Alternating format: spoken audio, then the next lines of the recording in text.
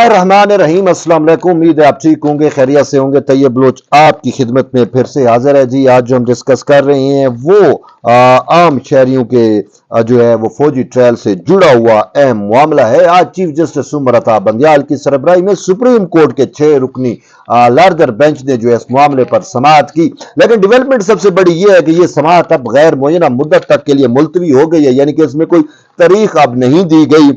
लेकिन समाअत मुलतवी क्यों हुई है, ये भी सबसे बड़ी अहम वजह और रीजन है। समाअत मुलतवी इस वजह से हुई है कि अटॉर्नी जनरल फॉर पाकिस्तान ने सुप्रीम कोर्ट को जो ये यकीन दहानी कराई है कि अदालत ने जो सवालात उठाए हैं, अदालत ने जो तहफ़्फ़ुज़ात का इजहार किया है, उन तहफ़्फ़ुज़ात को जो है वो ट्रायल के अंदर वो जो तहफ़्फ़ुज़ात है उनको दूर करने के लिए जो है वो हुकूमत के जो है वो आर्डिनेंस लेके आएगी। जिस पर जस्टिस मुनीब अख्तर ने कहा कि आर्डिनेंस लेके आएगी या तरमीम लेके आएगी, ये तो आप बेहतर समझते हैं कि क्या चीज लेके आनी है, लेकिन इस हुकूमत का तो टेन्योर ही जो है वो बड़ा लिमिटेड रह गया है। तो ये कैसे मुमकिन होगा? तो अटॉर्नी जनरल ने यह भी कहा कि अगर ये हुकूमत नहीं रहेगी तो निगरान हुकूमत तो होगी ना, निगरान हुकूमत भी जो है वो ऑर्डिनेंस लेके आ सकती है। तो इस बात के ऊपर अटॉर्नी जनरल को उन्होंने कहा कि आपको कितना वक्त चाहिएगा, तो उन्होंने कहा मुझे 1 माह चाहिए। तो यूं 1 माह उसको देते हुए समाअत को गैर मुय्यना मुद्दत तक के लिए मुलतवी किया गया है। लेकिन इसके साथ साथ अटॉर्नी जनरल से ये तफसीलात मांगी गई हैं कि जो 102 अफराद जो हैं मिलिट्री की तहवील में हैं, जिनको शायद 25 मई को या इन तारीखों में उनको तहवील में लिया गया था, और शायद वो बरह रास्त मुबैना तौर पर यह कहा जा रहा है कि वो बरह रास्त जो है वो मुलव्वस हैं इस सन 9 मई के अंदर, तो इसी वजह से उनको मिलिट्री की तहवील में लिया गया या तहवील में दिया गया है।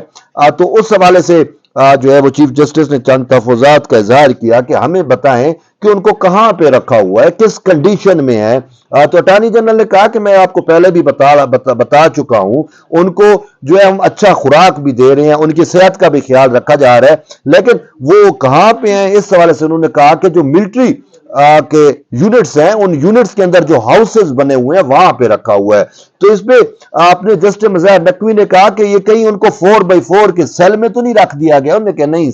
सर, ऐसा नहीं है, 4x4 के सेल में नहीं है, बल्कि मिलिट्री के हाउसेज में है। जिस पर चीफ जस्टिस ने कहा कि आप हमें उनकी हालत जार से मुतल्लिक रिपोर्ट दें और हमें यह भी बतलाएं कहीं उन पर ज़हनी और जिस्मानी तशद्दुद तो नहीं किया जा रहा। उन्होंने कहा ऐसा नहीं है। तो बहरहाल चीफ जस्टिस ने अब उनसे रिपोर्ट मांगी है, तफसीलात मांगी है, खसूसन उन 102 अफराद से मुतल्लिक।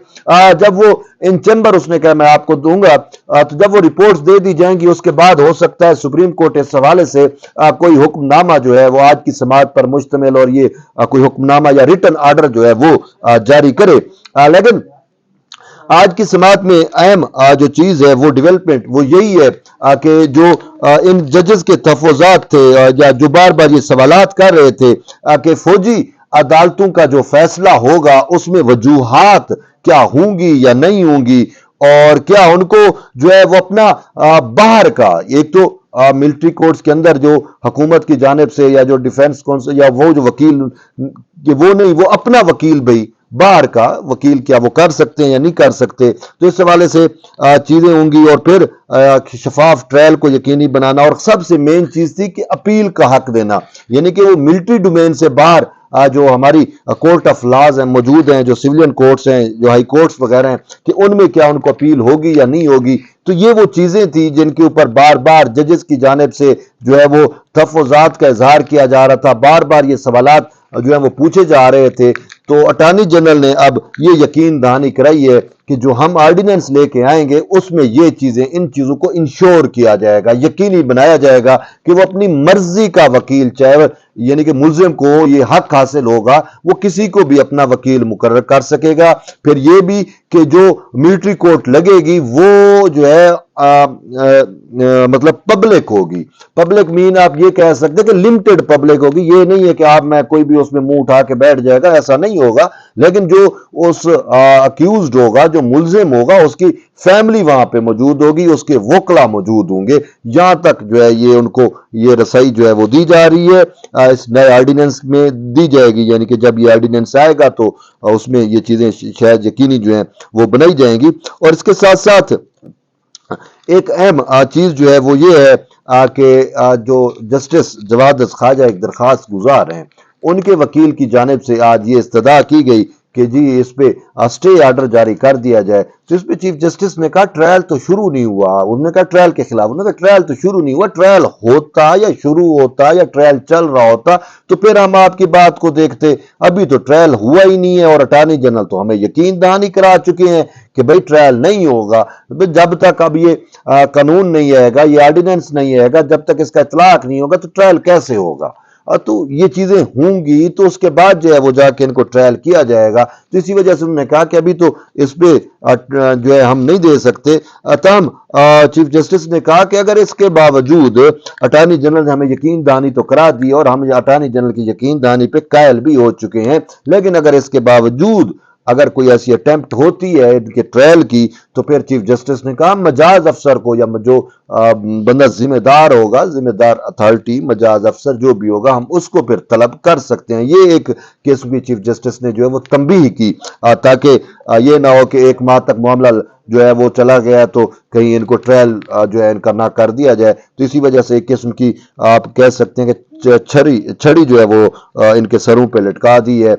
ایک قسم کا خوف ہے لٹکا وہ کر دیا ہے کہ بھئی اگر آپ ٹرائل کریں گے تو پھر ہم آپ کو بلا لیں گے، کیونکہ آپ کے اٹارنی جنرل نے ہمیں تحریری طور کے اوپر کہہ دیا ہے، یقین دہانی بھی کرا دی ہے کہ بھئی ان کا ٹرائل نہیں ہوگا. لیکن یہاں پہ کنفیوژن ابہام ابھی بھی ہے. لوگ آج بھی مجھ سے پوچھ رہے تھے کہ یار دیکھیں اٹارنی جنرل نے تو آج بھی کہہ دیا کہ ان کا ٹرائل نہیں ہو رہا، دوسری سائڈ پہ وہ اپنا کیا ہے کہ آئی ایس پی آر کی جو پریس کانفرنس تھی اس کا ریفرنس دیتے ہیں، اس کا حوالہ دیتے ہیں کہ اس کے مطابق تو بھئی ان لوگوں کا ٹرائل کیا جا رہا ہے. تو وہ کہتے ہیں کہ یار اٹارنی جنرل کورٹ میں کچھ کہہ رہا ہے، ادھر سے آئی ایس پی آر کچھ کہہ رہا ہے، تو یہ حقیقت کیا ہے؟ تو اب حقیقت تو جو بھی ہے، لیکن ہم تو اٹارنی جنرل نے جو کورٹ میں سٹیٹمنٹ دی ہے ہم تو اس پہ ریلے کر رہے ہیں، اور اس کورٹ سٹیٹمنٹ کے مطابق جو ہے ان کا کوئی ٹرائل جو ہے وہ یقینی مت نہیں ہو رہا. لیکن اس کے ساتھ ساتھ ایک اہم چیز یہ بھی ہے جو چیف جسٹس نے کہا کہ بھئی اگر ان جو ملزمان ہیں 102 جو ملٹری کی تحویل میں دیے گئے ہیں، ان کو اگر صحت یا باقی جو وہ ہوتی ہیں سہولیات ہوتی ہیں وہ اگر نہیں دی جا رہی تو پھر ہم اس حوالے سے بھی چیزوں کو دیکھیں گے. تاہم انہوں نے کہا کہ ہو سکتا ہے ہم اپنے کسی ریٹائرڈ جج کو جو ہے وہ اپنا نمائندہ بنائیں. پہلے وہ چیف جسٹس نے یہاں تک کہا کہ کہیں کیا ہم ایسا کر سکتے ہیں، اٹارنی جنرل سے پوچھا کیا ہم ایسا کر سکتے ہیں کہ ہم گروپ آف ایڈوکیٹس کو جو ہے وہ بھیجیں اور وہ جا کے وزٹ کریں اور ان کی حالت زار دیکھیں اور پھر ہمیں رپورٹ دیں کہ کہیں ان کے اوپر تشدد تو نہیں کیا جا رہا، کہیں ان کے ساتھ غیر انسانی سلوک تو روا نہیں رکھا جا رہا.